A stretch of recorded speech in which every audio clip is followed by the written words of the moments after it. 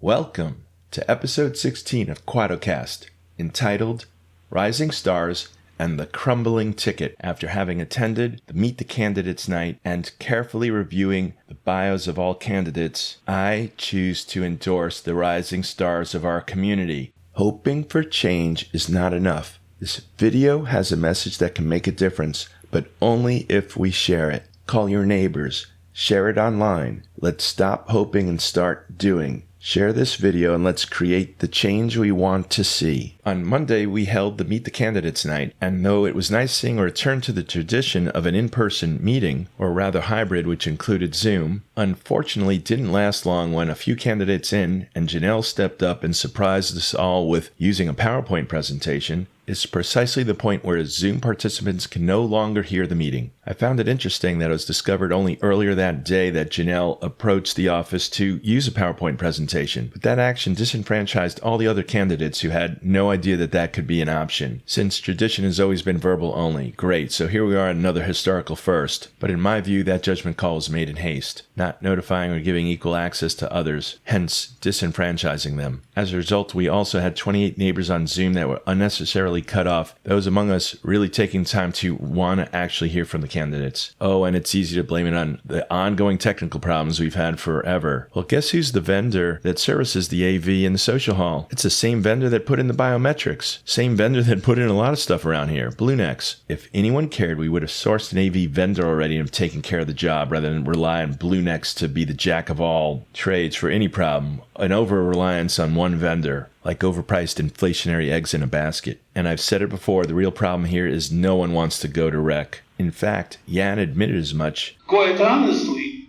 I didn't care. I didn't want to be on the rec. One good thing that came from the meeting is seeing some rising stars among us, which is obvious in the first candidate that stood before us, you get from Valencia. What stood out to me, she didn't need any notes, because it was more important for her to connect in the moment with all of us from her heart. What a refreshing change of pace to be reminded that there's something called normal around here. My concern is that her politeness, humility, and modesty might overshadow truly understanding her skills and experience. I served on the election committee with her and want to offer first-hand testimony of what I've observed of her work. Hands down, without doubt, you get from Valencia is more than qualified to serve competently on the board. I've watched her set detailed agendas, run a meeting with strong task delegation skills. But what I find both remarkable and rare in her is not only she had the ability to do all these things, she would simultaneously take notes and minutes of the very meeting we were in. And then when she provided minutes the next day of the meeting she ran single-handedly is some of the most detailed notes I had ever seen. That is much more than a talent. That is a gift, a very rare gift that we should be only so lucky that Valencia votes her onto the board. Next up was Asha from Valencia. Beyond her background as a wealth management professional and her involvement in Rules and Regs Committee and at one point leading Communications Committee, what I found interesting in what she had to say, which were pointing at themes of too much concentration of power and hasty decision making. Why I work for this restaurant?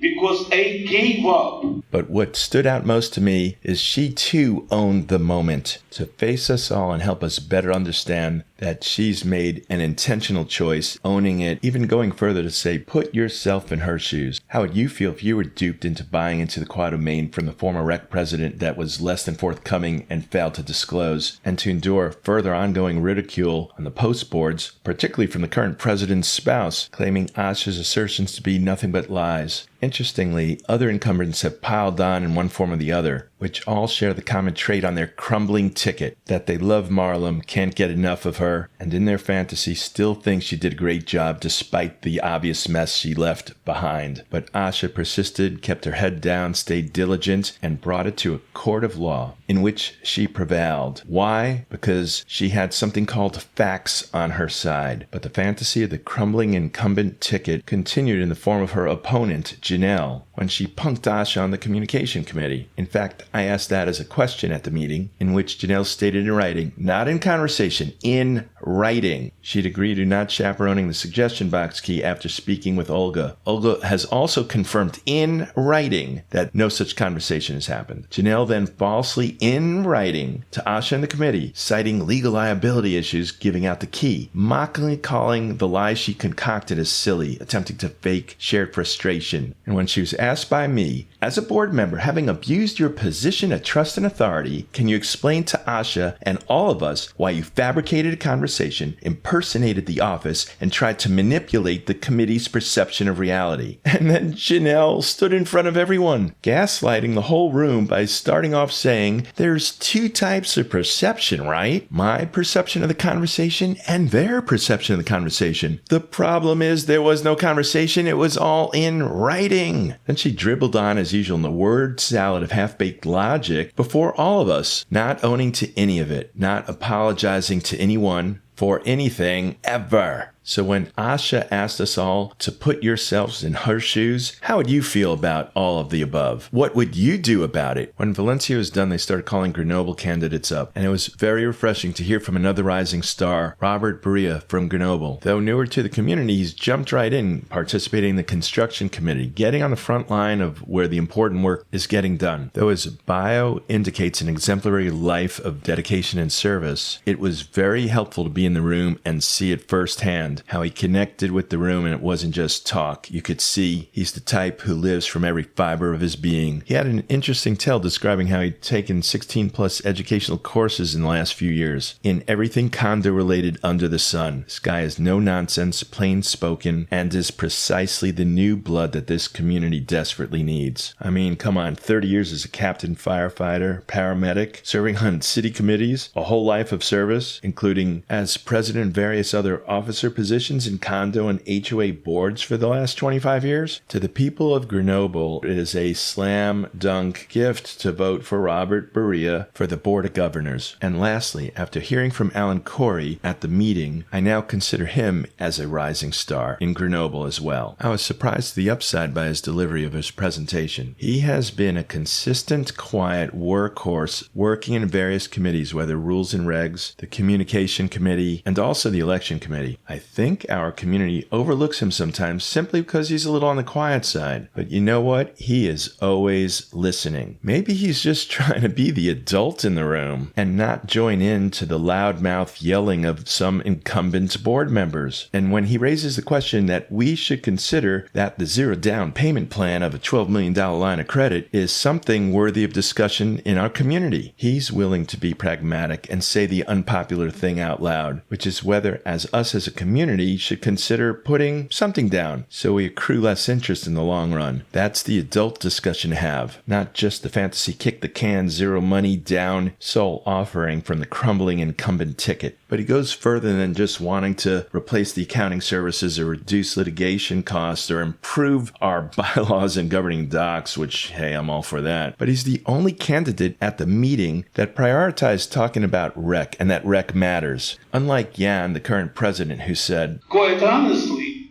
I didn't care. I didn't want to be on the rec.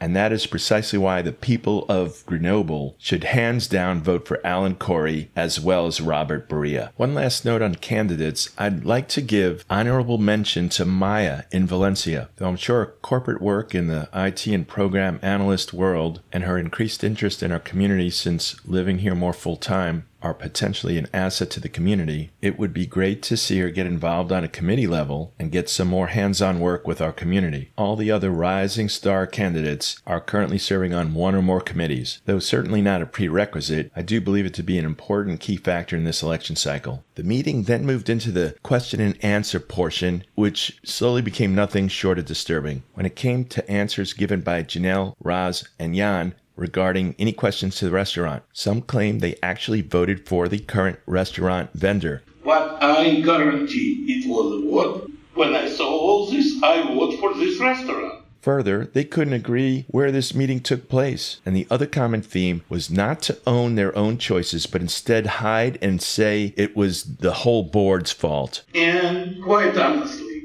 you blame the one person for that? So blame entire board. I single-handed did not do anything on the board. Everything was done with the board members. Board members from Catania, board members from Britannia, Valencia, everybody interviewed this current restaurant. Meanwhile, there are at least 2 rec board members that were asked this question some time back who said there was no such meeting and not something they voted for. One neighbor even asked a question about the minutes. You told me that they were minutes that would support that you were against Raj's restaurant. You can get anything you want at Roz's restaurant. And you told me to look at the minutes. There are no minutes.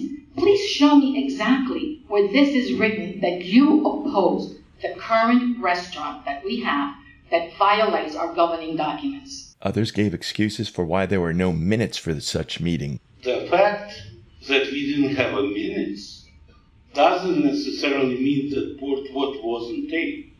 All it represents that secretary at that time didn't produce it.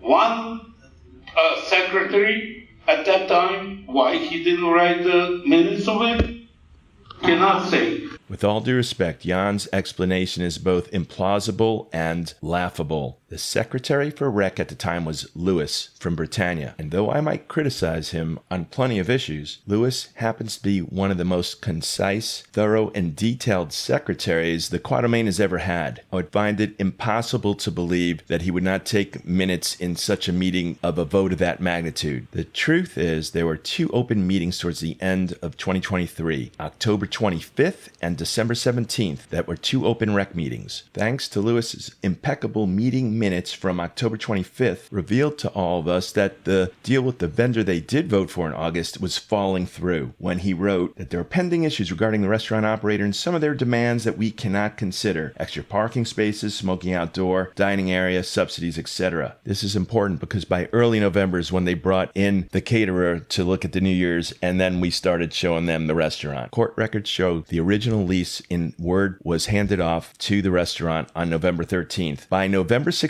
in a Britannia Tower meeting, Louis was excitedly sharing the news of the announcement of a new restaurant that no one knew about. So the so-called meeting that they are talking about where they had a vote had to have taken place in the first 2 weeks of November. There were no notices for closed meetings. So how'd this go down? Was it a secret meeting? The way it sounded in Q&A as if it happened in person, but no one could answer where. Was it the messaging apps, email, Google Drives? Where? Maybe they all met in the cloud. Or maybe it wasn't the whole board who met. After all, that's part of our problems. That was brought up early. Too much concentration of power. 16 months later, and we're still getting hiding and deflection, and no one could give a straight answer. None of them. He said a lot of the decision was by so much pressure from unit owners. I was given to constant smear and complaints. Where is our restaurant? Where is our restaurant? I said, okay, just give him a restaurant. I'm all for it. You have a restaurant. And entrusting the promises of the new restaurant owner. From the vendor who promised us golden mountains and everything else, and actually said that he's not even going to be involved. That this restaurant will be run by his wife. And then, when I saw all this, I voted for this restaurant. In fact, Roz said it best. What can I say? Sometimes we trust and we're punished for it. So here we are, all of us, suffering the consequences. And there's only one thing any of us could do, which is vote. Vote for change. Vote for the rising stars. There are independent thinkers running separately. We don't need a big ticket here anymore. That's the only message from the crumbling incumbent ticket, is that everything's fine, and if it's not, look the other way. If it's not, it's no one's fault, or the whole board's fault. It got so ridiculous to one point where Jan actually claimed the restaurant itself was Oscar's fault. There is no decision was done like this. This pressure wasn't on me.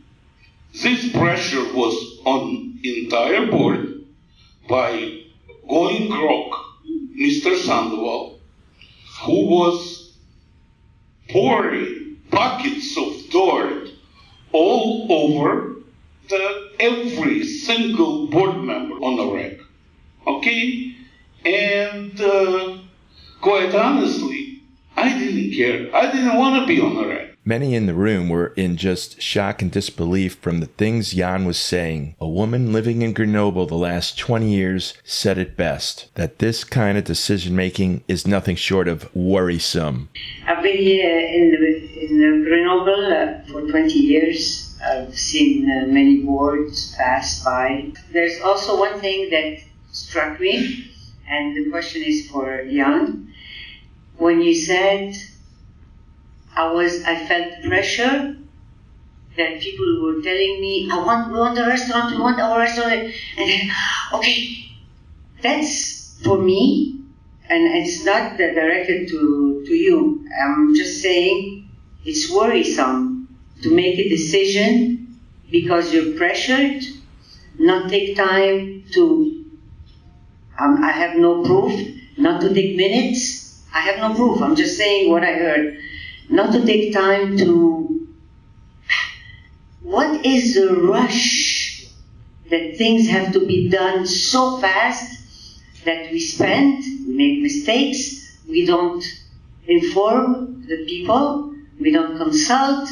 Why is it so rushed? So when you said I was rushed, I was pushed, I said, okay, here's your restaurant. That's worrisome to me.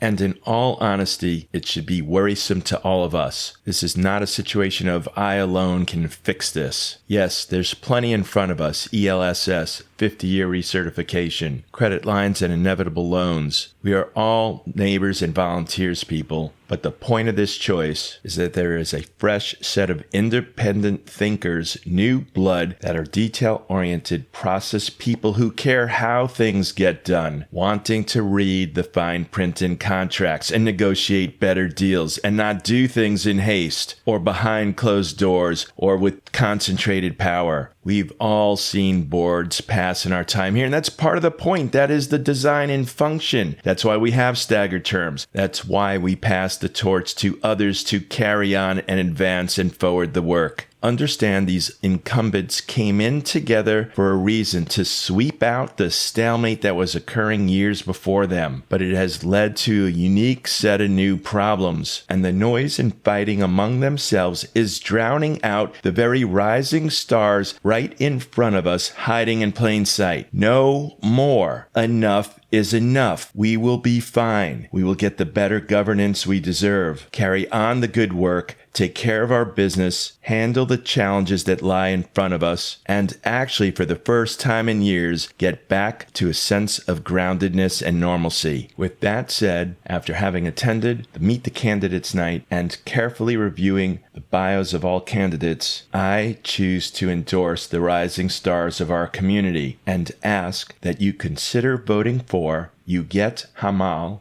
and Asha Goldstein for Valencia, and voting for Robert Berea and Alan Corey for Grenoble. Neighbors, we will be fine. It's time to move forward. And on that note, I am wishing everyone a great rest of the week ahead.